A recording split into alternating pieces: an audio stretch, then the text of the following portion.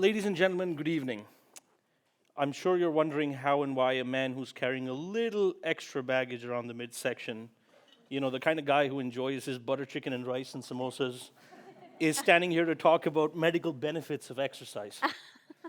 Now, before you think I'm just poking fun, let me assure you there's a reason to my humor.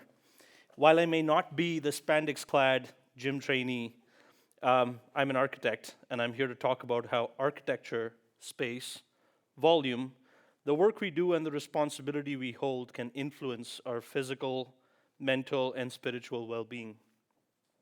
And it's not just us architects that hold this intangible magic wand.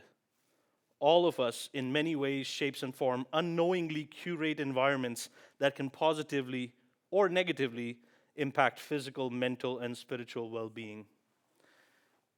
In the dictionary of design, this is referred to as environmental psychology.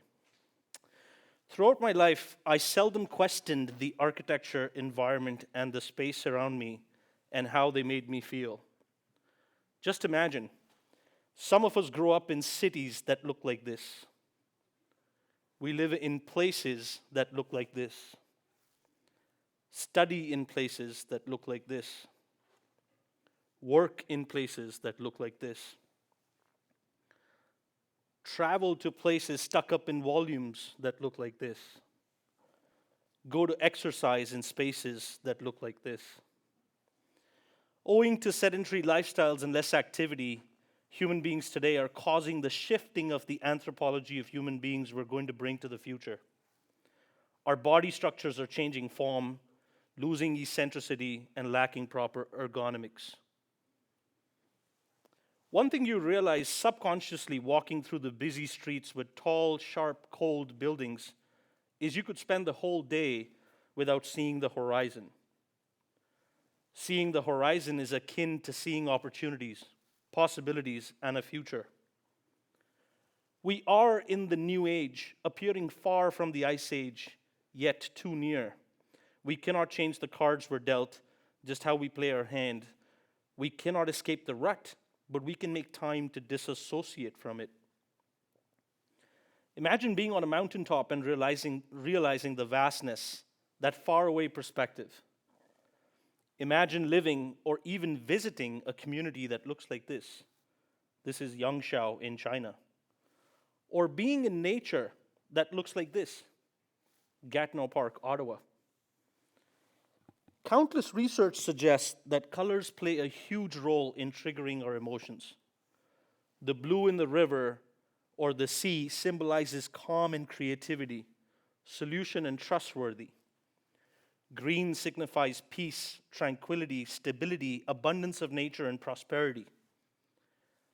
The red and orange signify focus, steadfastness, rigor, ambition.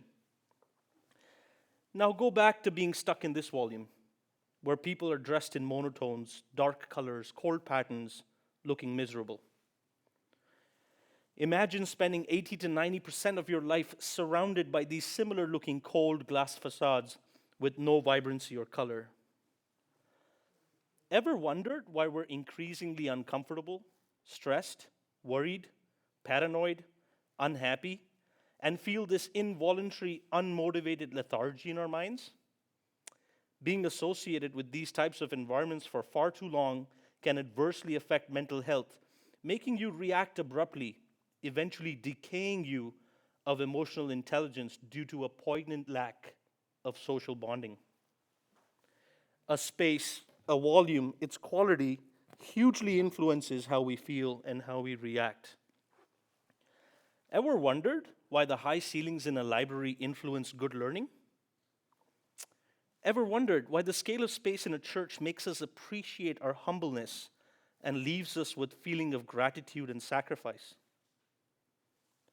Ever wondered why the open architecture of a mosque or a temple that breathes in air through every corner makes us feel cleansed and pure?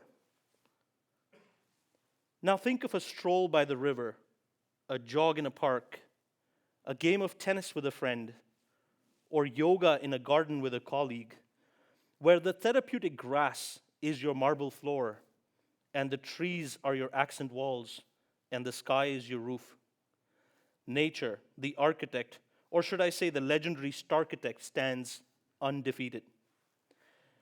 But how often do we take time to step outside and experience this magnificent multidimensional space that nature has created for us? How often do we urge ourselves to disconnect from the sedentary rut and add activity to our lives? Statistics point out that 90% of Canadian children and 87% of Canadian adults are not active enough every day. 72% of Canadian children are staring at screens more than 2 hours a day. 1 in 3 Canadian children is overweight or obese, twice the rate of a generation ago. These issues are even more pronounced within Indigenous communities. Over the last 50 years, Canadians have become less connected to nature, and sadly, the trends are worsening. There is a problem, and it needs to be addressed now. So we at the Canadian Health and Fitness Institute wrote ourselves our project brief. For the past few years, we've been on a mission. At CHFI, we're imagining creating a culture of activity and movement. Through events like these, we aim at raising awareness on the importance of activity.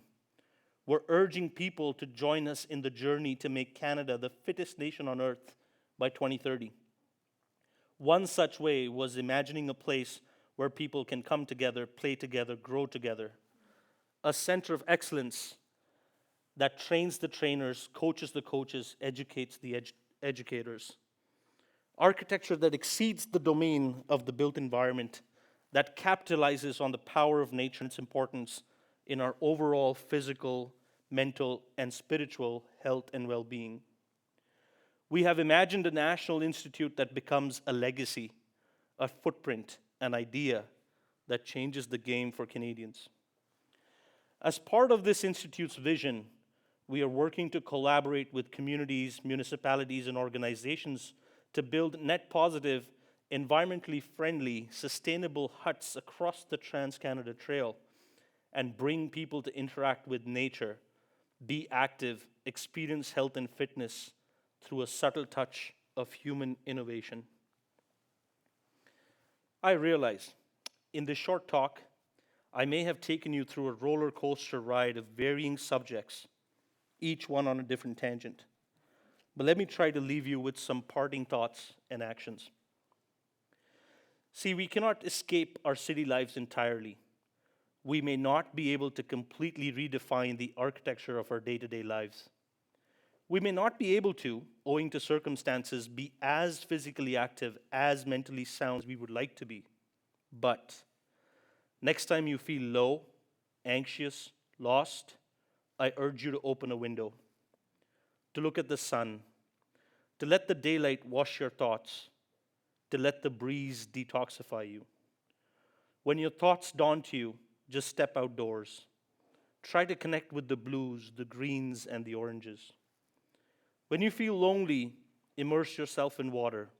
Go for a swim. When you lack stability, step into the woods and gaze at the tall trees. When you feel insecure, walk barefoot on the grass. Sit, connect with your breath. While you do so, I will work hard to be the architect that does not allow cities to be void of such spaces. Thank you.